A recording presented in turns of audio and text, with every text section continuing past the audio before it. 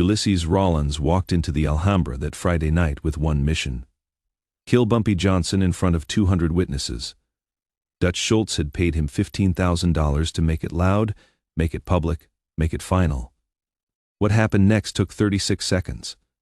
By second 24, Rollins was permanently blind in his left eye. By second 36, I was ordering spaghetti, like nothing happened. That is the night I taught Harlem what real power looks like. Summer of 1935. The streets of Harlem belonged to two forces about to collide. Dutch Schultz controlled half of New York's underworld and wanted our numbers racket. All of it. He'd already sent dozens of men into my neighborhood. My crew and I had been eliminating them one by one. But Schultz was getting desperate. He needed someone who wasn't afraid. Someone who could match my violence with violence. That is when he called Chicago. Ulysses the Bull Rollins was 6'2", 240 pounds of muscle and scar tissue. He'd killed 11 men before his 25th birthday. In Chicago, they called him the Bull because once he charged, you couldn't stop him. Schultz paid him $5,000 up front, promised $10,000 more for my head. Make it public, Schultz told him. I want every numbers runner in Harlem to know what happens when they resist. But here's what Rollins didn't understand about my neighborhood. In Harlem, the streets had eyes. Shoeshine boys, newspaper vendors, flower sellers on corners. They all worked for me by Friday morning. I knew Rollins was in town. I knew what hotel he was staying at. I knew he carried a .45 in a shoulder holster and a knife in his boot. I also knew he was watching me. That Friday night, I had dinner plans, not with a Harlem girl, but with Helen Lawson, a film critic from Vanity Fair magazine. White, sophisticated, educated at Vassar College. She'd been researching an article about Harlem's Renaissance when we met at a jazz club 3 weeks earlier. I was intrigued by this woman who wasn't afraid to sit in a black club, who asked intelligent questions, who saw Harlem as more than crime and poverty. The Alhambra Bar and Theater on 126th and 7th was Harlem royalty. Duke Ellington had played there. Billie Holiday had sung there. On Friday nights, the place packed 200 people. Musicians, hustlers, intellectuals, everyone who mattered in Harlem. I arrived at 8 o'clock dressed in a charcoal gray suit with a burgundy tie. Ellen was already at our table, wearing a blue dress and pearls. We ordered drinks. The conversation flowed easily. She asked about growing up in Charleston. I asked about working at a magazine where she was one of only 3 women. The jazz quartet played something soft and low. The atmosphere was perfect. At 8:47, the door opened. Ulysses Rollins walked in. I saw him immediately. The way he moved, shoulders back, eyes scanning like a predator, told me everything. This wasn't a man coming for dinner. This was a man looking for a target. Our eyes met across the crowded room. Rollins smiled, not friendly. The smile of a man who'd found what he was hunting. Helen noticed my posture change. The relaxed gentleman she'd been talking to disappeared. In his place was something harder, colder. Bumpy, is something wrong? No, I said quietly. Not taking my eyes off Rollins. Everything's fine. Excuse me for just a moment. Rollins made his way through the tables deliberately, taking his time. He wanted everyone to see this. This was the job Schultz had paid for. A public execution. When he reached our table, he stopped. He was standing. I was sitting. The power dynamic was clear, or so he thought. You Bumpy Johnson? Rollins asked, loud enough for nearby tables to hear. Depends who is asking. Dutch Schultz sends his regards, says you've been a problem, says problems need to be solved. The jazz quartet was still playing, but conversations around us were dying out. People sensed something was about to happen. Tell Dutch, I said calmly, that Harlem already solved its problem with him. He just doesn't know it yet. Rollins laughed. Big words for a man sitting down? That is when I noticed it. Rollins' hand was drifting toward his jacket, toward the pistol in his shoulder holster, and I made a decision. If he drew that gun, people would die. Innocent people. Helen, the jazz musicians, the waiters. Bullets don't care who they hit in a crowded room. So I moved first. It happened so fast most people didn't see the beginning, only the end. My hand shot out, not toward Rollins, but toward the table. In one fluid motion, I grabbed the steak knife beside my dinner plate. 6 inches long, serrated edge, sharp enough to cut through bone. Rollins saw the movement. His hand went for his gun, but I was already moving. I exploded up from my chair with speed that didn't seem human. The chair fell backward. Helen gasped, and I drove the knife forward. The first cut caught Rollins across the forearm as he drew his pistol. The gun clattered to the floor. The second cut opened his cheek from ear to jaw. By the third cut, Rollins realized he wasn't fighting a man. He was fighting something that moved like water and struck like lightning. We crashed into a nearby table. Glasses shattered. Food went flying. People screamed and scattered. But I didn't stop. Cut 4. Cut 5. Cut 6. Rollins tried to fight back. He was bigger, stronger, but I was faster. Every time he swung, I slipped the punch, and the knife found flesh. Cut 12 caught him across the ribs.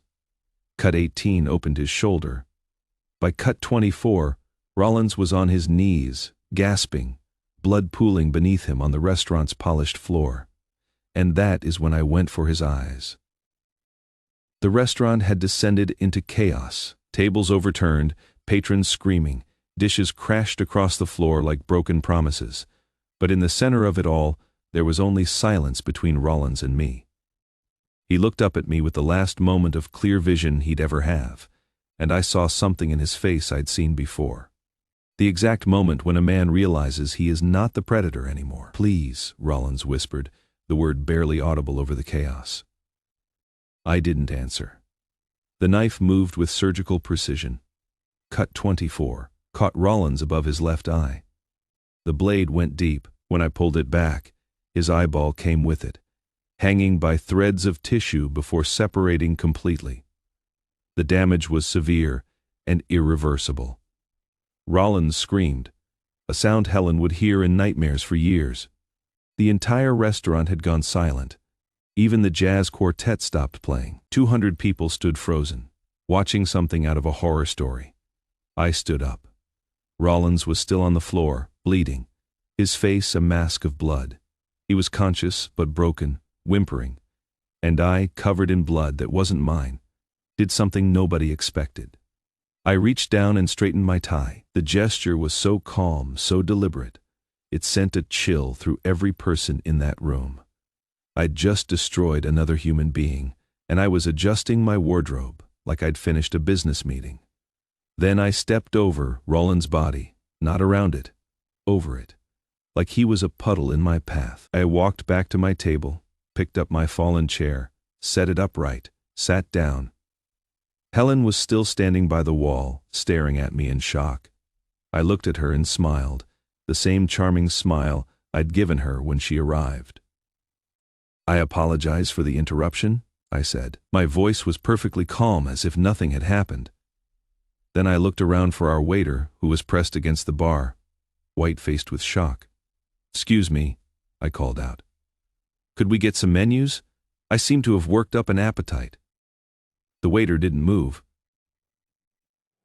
Nobody moved. I picked up a menu from a nearby table, studied it for a moment, then looked up at Helen. "You know what?" I said. "I suddenly have a taste for spaghetti and meatballs." The waiter, hands trembling, took my order. Nobody else in the restaurant moved. They just watched. Helen slowly made her way back to the table. Her legs felt like water. She sat down across from me as I calmly wiped blood off my hands with a napkin. "You should go," I said quietly. "This isn't a place you need to be." But Helen couldn't move. She was witnessing something she'd never seen before, a man who'd just committed extreme violence, sitting there, like he was waiting for morning coffee. 8 minutes later, the spaghetti arrived. Steam rose from the pasta. The red sauce looked almost black in the dim light. Through the windows, Helen could see an ambulance pulling up. Medics rushed in to collect Ulysses Rollins, who was still on the floor, still breathing, but barely conscious. Blood was everywhere.